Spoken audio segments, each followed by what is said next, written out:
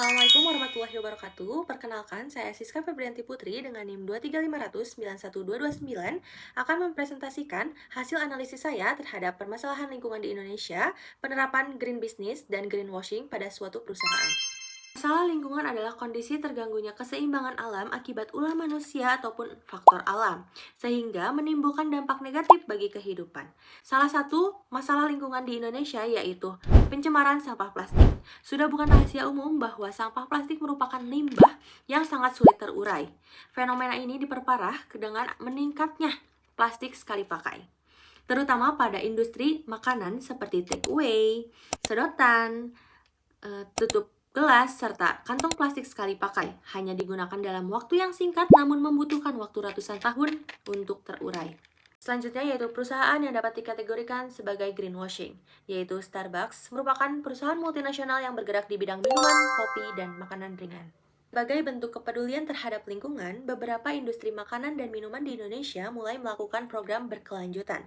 Salah satunya Starbucks, yaitu membuat kampanye ramah lingkungan seperti program Starbucks Grows for Your Gardens yang memanfaatkan ampas kopi sebagai kompos, serta mengganti sedotan plastik menjadi sedotan kertas di seluruh gerainya. Namun di balik upaya tersebut, Starbucks masih mendapat kritik dan dianggap masih melakukan greenwashing. Beberapa artikel di media internasional dan laporan organisasi lingkungan menunjukkan bahwa Starbucks masih menjadi salah satu penyumbang sampah plastik global. Hal ini karena meskipun Starbucks telah mengganti sedotan plastik menjadi sedotan kertas, namun penggunaan kemasan sekali pakai seperti gelas, tutup minuman, dan kantong plastik masih cukup tinggi. Dengan kata lain, perubahan yang dilakukan dinilai belum menyentuh akar permasalahan utama, yaitu pengurangan sampah plastik secara keseluruhan. Setelah melakukan analisa matrik Green Performance berikut ini, kondisi ini menunjukkan adanya indikasi greenwashing, yaitu ketika perusahaan menampilkan citra peduli lingkungan, namun praktik nyata yang dilakukan masih belum konsisten dengan klaim tersebut. Selanjutnya yaitu perusahaan yang termasuk ke dalam kategori green business, yaitu Burgerins, merupakan perusahaan kuliner asal Indonesia yang bergerak di bidang makanan sehat, berbasis nabati atau plant-based, dengan tujuan menyediakan alternatif makanan yang lebih sehat dan ramah lingkungan. Greens berfokus pada penggunaan bahan-bahan alami organik yang berasal dari sumber lokal.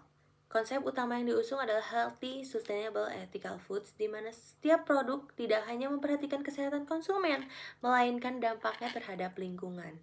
Setelah melakukan analisa matrik Greens Performance berikut ini, Burgerins merupakan perusahaan yang dapat dikategorikan sebagai green business dilihat dari sisi bahan baku.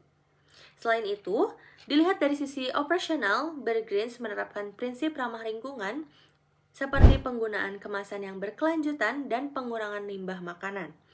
Burgerins juga berperan dalam mengedukasikan konsumen mengenai pentingnya gaya hidup sehat dan ramah lingkungan. Sekian dari saya. Wassalamualaikum warahmatullahi wabarakatuh.